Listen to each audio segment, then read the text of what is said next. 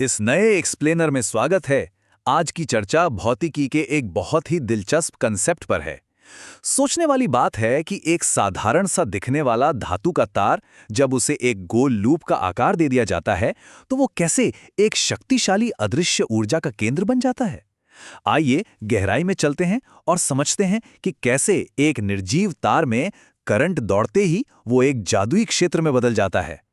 एक साधारण तार एक शक्तिशाली अदृश्य बल कैसे उत्पन्न करता है? यही तो आज की चर्चा का सबसे बड़ा रहस्य है। जब तार सीधा होता है तो कहानी बिल्कुल अलग होती है, लेकिन जैसे ही उसे मोड़कर एक सर्कुलर लूप बनाया जाता है और उसमें करंट दौड़ाया जाता है तो उस लूप के हर एक पॉइंट पर एक बेहद कॉम्प्लेक्स मैग्नेटिक फिनोमेनन शुरू हो जाता है। ये कोई जादू नहीं, प्योर साइंस है। चलिए इस अदृश्य बल के रहस्य को डिकोड करते हैं। तो शुरुआत करते हैं भाग 1 से, अदृश्य का आकार और चुंबकीय क्षेत्र का मानचित्रण। बेसिक कॉन्सेप्ट ये है कि जैसे ही इस सर्कुलर लूप में करंट फ्लो होता है, इसके हर एक पॉइंट पर मैग्नेटिक फील्ड बन जाता है। इमेजिन करते हैं कि इस इनविजिबल फील्ड को किसी कैनवस पर ड्रॉ किया जा रहा है। पहले स्टेप में तार के हर छोटे हिस्से के चारों तरफ मैग्नेटिक लाइंस छोटे छोटे कॉन्सेंट्रिक सर्कल्स यानी संकेंद्रीय वृत्तों के रूप में उभरती हैं। फिर स्टेप 2, जैसे जैसे तार से दूर और लूप के सेंटर की तरफ बढ़ते हैं, ये सर्कल्स लगातार बड़े और चौड़े होते जाते हैं। और फाइनली स्टेप 3, जब लूप के बिल्कुल बीचों बीच पहुंचते हैं तो ये रेखाएं एकदम सीधी लाइन का आकार ले लेती हैं। लेकिन यहां एक बहुत बड़ा ट्विस्ट है। सेंटर में जो सीधी रेखा दिख रही है वो असल में सीधी होती ही नहीं है।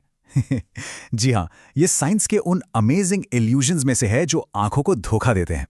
सच तो यह है कि लूप के बिल्कुल बीच में ये सर्कुलर लाइंस इतनी ज्यादा विशाल हो जाती हैं कि इनका कर्व या गोलाई दिखाई देना ही बंद हो जाता है और इसलिए ये एक सीधी रेखा जैसी लगने लगती हैं।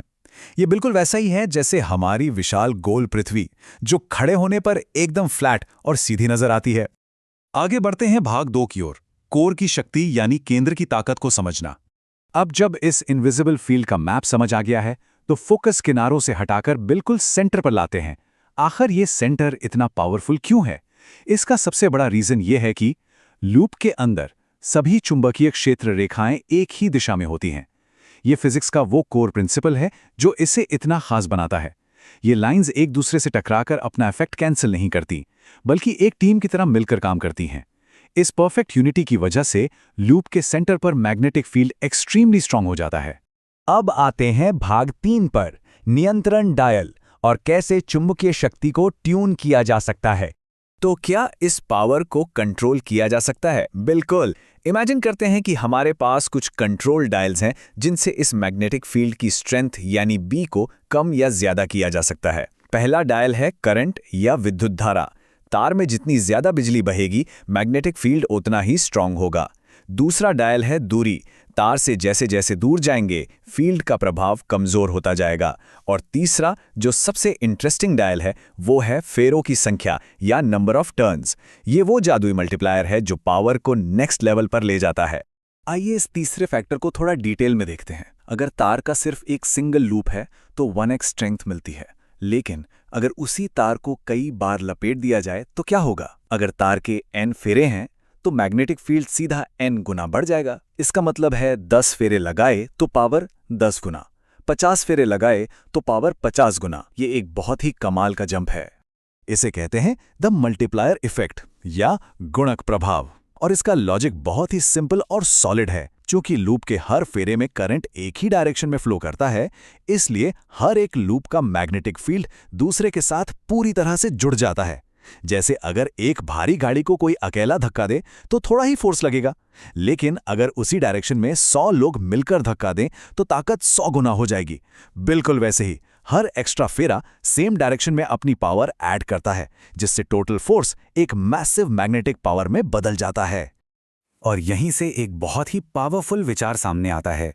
यदि केवल कुछ फेरे जोड़ने से ये अदृश्य बल कई गुना बढ़ जाता है, तो जरा कल्पना करते हैं कि जब किसी इंसुलेटेड तांबे के तार को एक कुचालक पाइप पर, जैसे कि कार्डबोर्ड पर, सैकड़ों या हजारों बार पास पास लपेटा जाता है तो क्या होता है? विज्ञान में इसे परिनालिका या सोलेनॉइड कहा जाता है। जब इसने करंट दौड़ता है तो ये पूरी तरह से एक छड़ चुंबक या बार मैग्नेट की तरह बर्ताव करता है। इसका एक सिरा नॉर्थ पोल और दूसरा साउथ पोल बन जाता है और इसके अंदर चुंबकीय क्षेत्र रेखाएं बिल्कुल पैरेलल होती हैं, यानी अंदर का मैग्नेटिक फील्ड एकदम यूनिफॉर्म होता है। अब एक और दिलचस्प बात देखते हैं। अगर इसी परिनालिका के अंदर नर्म लोहे यानी सॉफ्ट आयरन की एक छड़ रख दी जाए तो वो एक बेहद शक्तिशाली विद्युत चुंबक या इलेक्ट्रोमैग्नेट बन जाती है। यह एक अस्थायी चुंबक है। करंट बंद करते ही इसका चुंबकत्व लगभग खत्म हो जाता है। इसकी ताकत को करंट या फेरों की संख्या बढ़ाकर आसानी से बढ़ाया जा सकता है। इलेक्ट्रिक घंटी हो, भारी लोहे को उठाने वाली क्रेन हो या चिकित्सा का क्षेत्र, इन सब में इसी का इस्तेमाल होता है। और जब बात चुंबकीय क्षेत्र में लगने वाले बल की हो रही है तो फ्लेमिंग का वाम हस्त नियम या लेफ्ट हैंड रूल बहुत अहम हो जाता है। अगर किसी मैग्नेटिक फील्ड में कोई करंट कैरी करने वाला तार रखा जाए तो उस पर लगने वाले फोर्स की दिशा इसी नियम से जानी जाती है। इसे याद रखने का एक बहुत ही शानदार तरीका है, फादर, मदर और चाइल्ड। अगर बाएं हाथ की उंगलियों को 90 डिग्री के एंगल पर फैलाया जाए तो अंगूठा यानी फादर फोर्स या बल को दिखाता है, तर्जनी यानी मदर मैग्नेटिक फील्ड को और मध्यमा यानी चाइल्ड करंट की दिशा को दर्शाती है। हमारी इलेक्ट्रिक मोटरें बिल्कुल इसी सिद्धांत पर काम करती हैं। परीक्षा के नजरिए से भी परिनालिका और इस नियम के डायग्राम बहुत महत्वपूर्ण होते हैं। एक साधारण से तार से लेकर शक्तिशाली इलेक्ट्रोमैग्नेट और मोटर तक का यह सफर वाकई अकल्पनीय है। आज के इस एक्सप्लेनर में साथ जुड़ने के लिए धन्यवाद। मिलते हैं अगली दिलचस्प चर्चा के साथ।